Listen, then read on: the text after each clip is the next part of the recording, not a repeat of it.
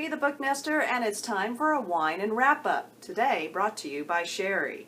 Cheers, my dears. So, October is gone, November is coming. Let's wrap up the 4 books that I was able to complete in October, and some of my views. Not all my views, but some of my views. Book number 1 was The Book That Matters Most by Anne Hood. Now, originally, I had thought about giving this about 3 stars, but after reflection, I decided that it actually warrants 4 stars. Not a strong 4 stars, but 4 stars. And like everyone else, after a loss, life seemed divided into before and after. The setup. We meet up with the main character, Ava, soon after her husband runs off with the town's yarn bomber after 20 years of marriage and 2 children raised. Yes, a yarn bomber. Obviously, this is really something, and I'm surprised I haven't seen it here in New York. She has lost her sister, followed by her mother a year later when she was very young and was raised by her father. Currently, her daughter seems to be careening wildly off of life's road, and this is not the first time. When we meet Ava, she is wondering to herself, how had she ended up on the floor of the foyer drinking Bailey's Irish Cream alone on Christmas night? Looking for some sort of normalcy and connections in her life, Ava becomes a member of the local book club. The book is separated into sections for each month that highlights the books chosen by the book club members under the premise it is the book that matters most to each one of them, which results in a great but familiar best reads list. Pride and Prejudice, maybe a little Iliad or Odyssey, some Green Eggs and Ham, and oh, Don't Let the Pigeon Drive the Bus. Well, maybe not all these made the list. And the first thing I'm talking about is pacing. So this book has multiple narrators, perspectives, storylines going on, and they're even for multiple time. Particularly, you're following Ava. And I felt that the movement through those stories and those narratives and through those timelines was very well done. And it wasn't distracting, and it felt like good timing throughout the whole entire book.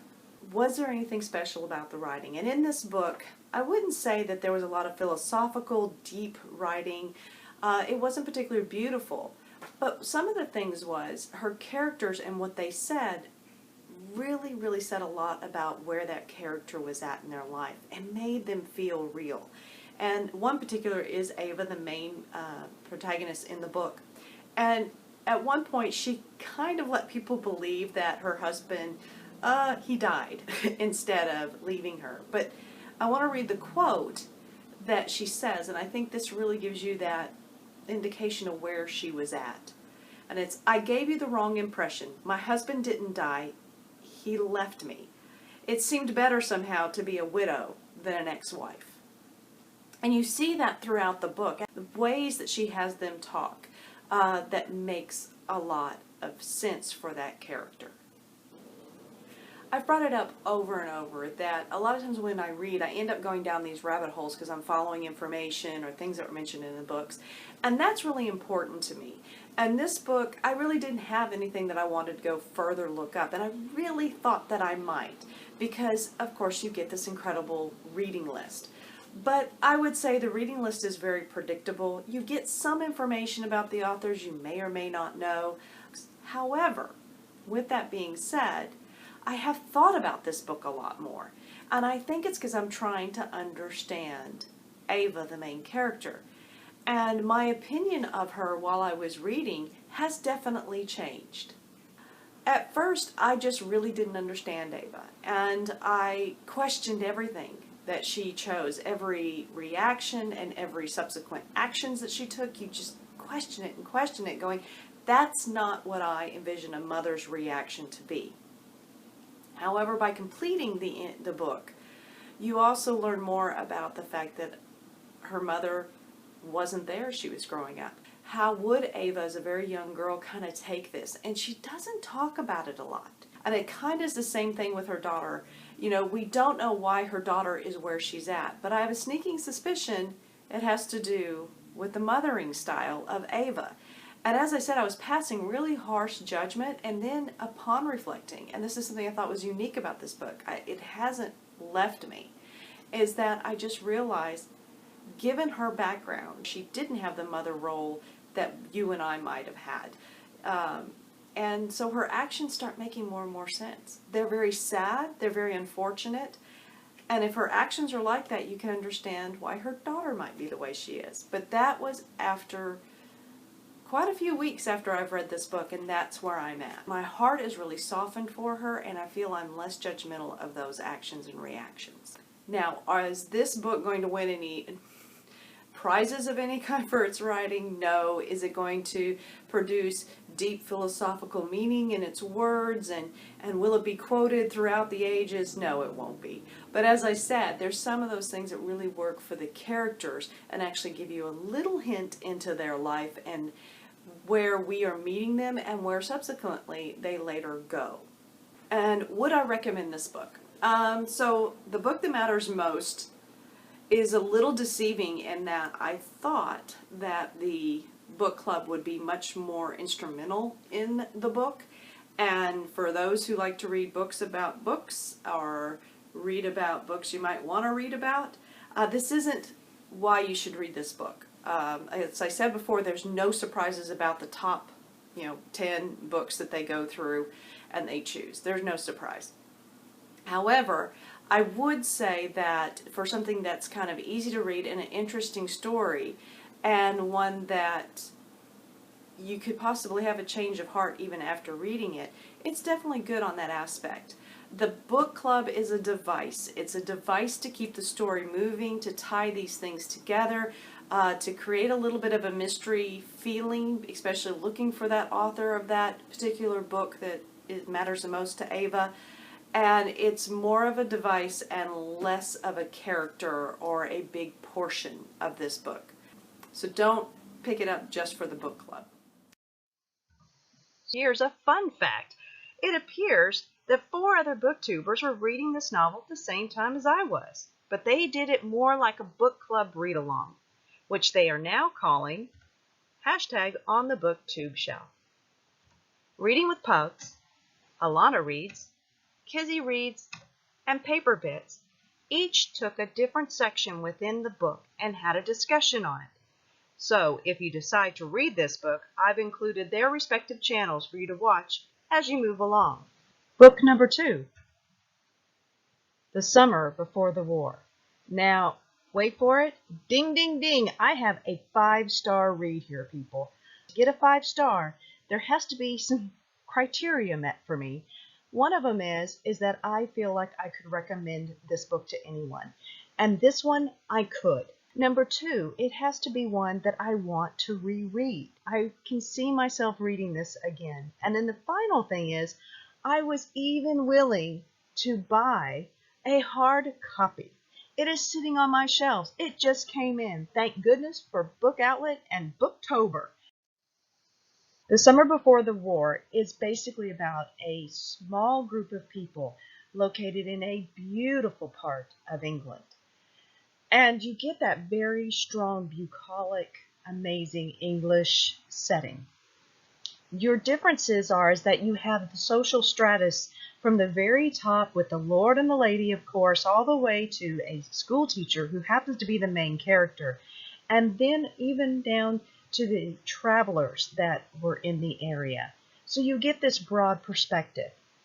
I'm not going to go into a great detail about this book, but one of the things that I felt the entire time that I was reading this is that for every beautiful, sunny, amazing English summer day out in this wonderful world, there would be this moment where you saw that something was on the horizon.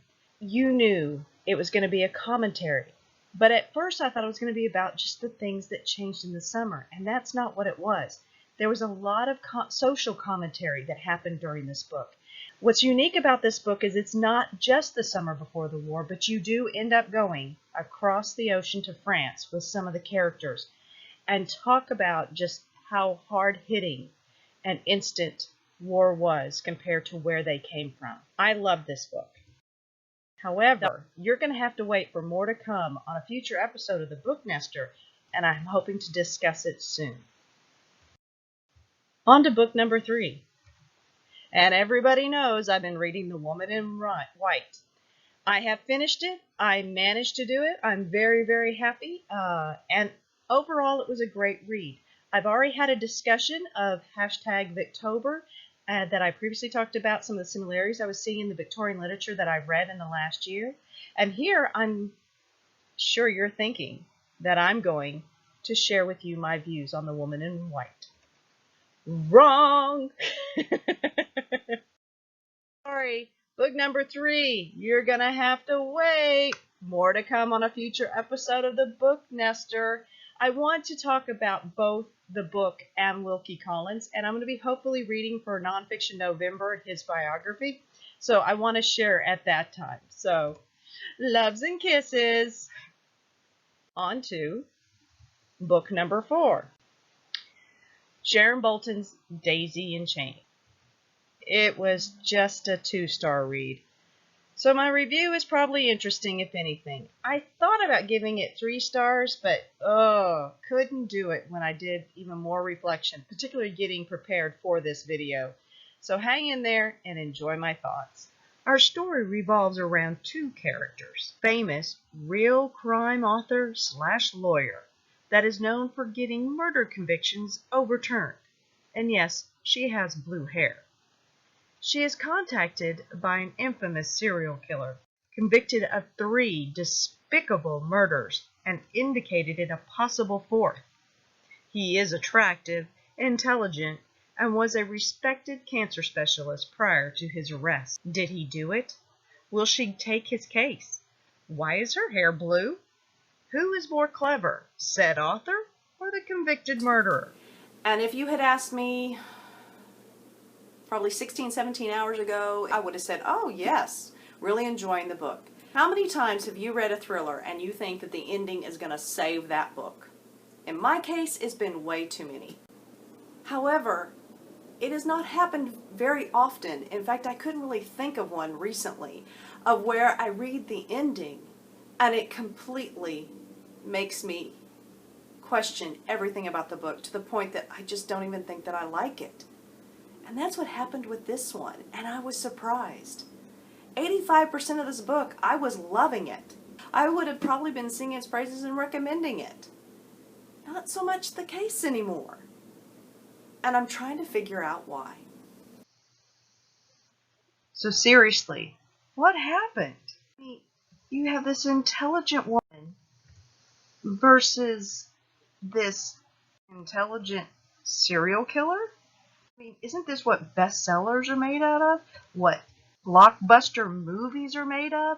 What people reap huge awards for? I mean, I'm very confused. I am lost. But I was cruising along. I was enjoying the ride. I mean, 80 to 85% of this book, it was just like sailing on the Autobahn. Until I get completely derailed and off into the pasture, going through the bumpy and jumping, and before just careening smack dab into what felt like a barn. Seriously, what happened? So where was that barn hitting moment, that jarring moment when you realize, oh my gosh, I don't want to go down this road anymore and I'm not understanding what's going on? And that was with the conclusion.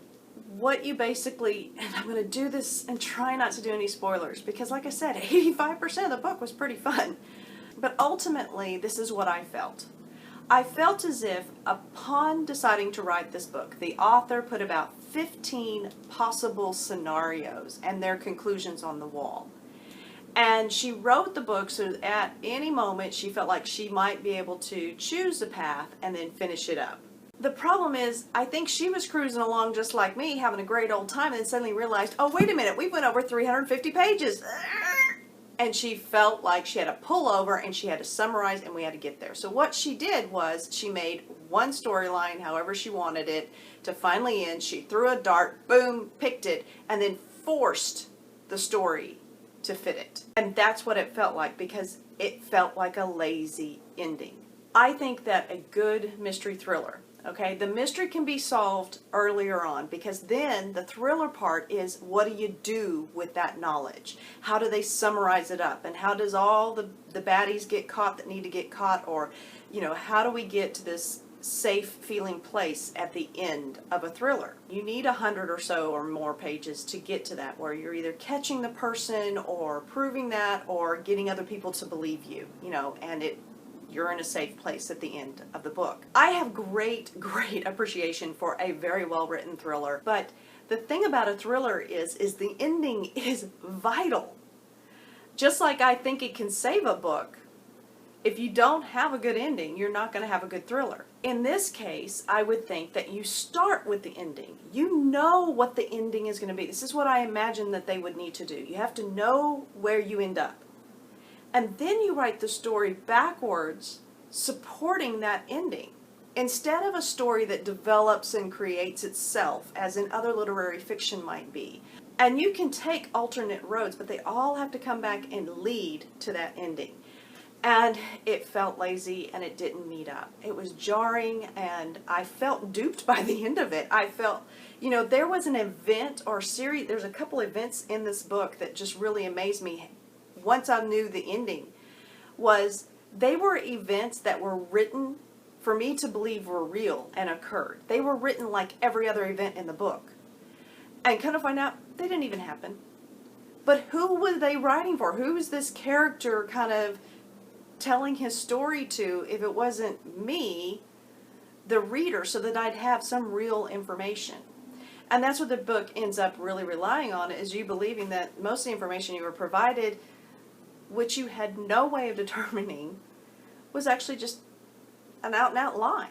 I don't know that I will be picking up anything more from Miss Bolton, but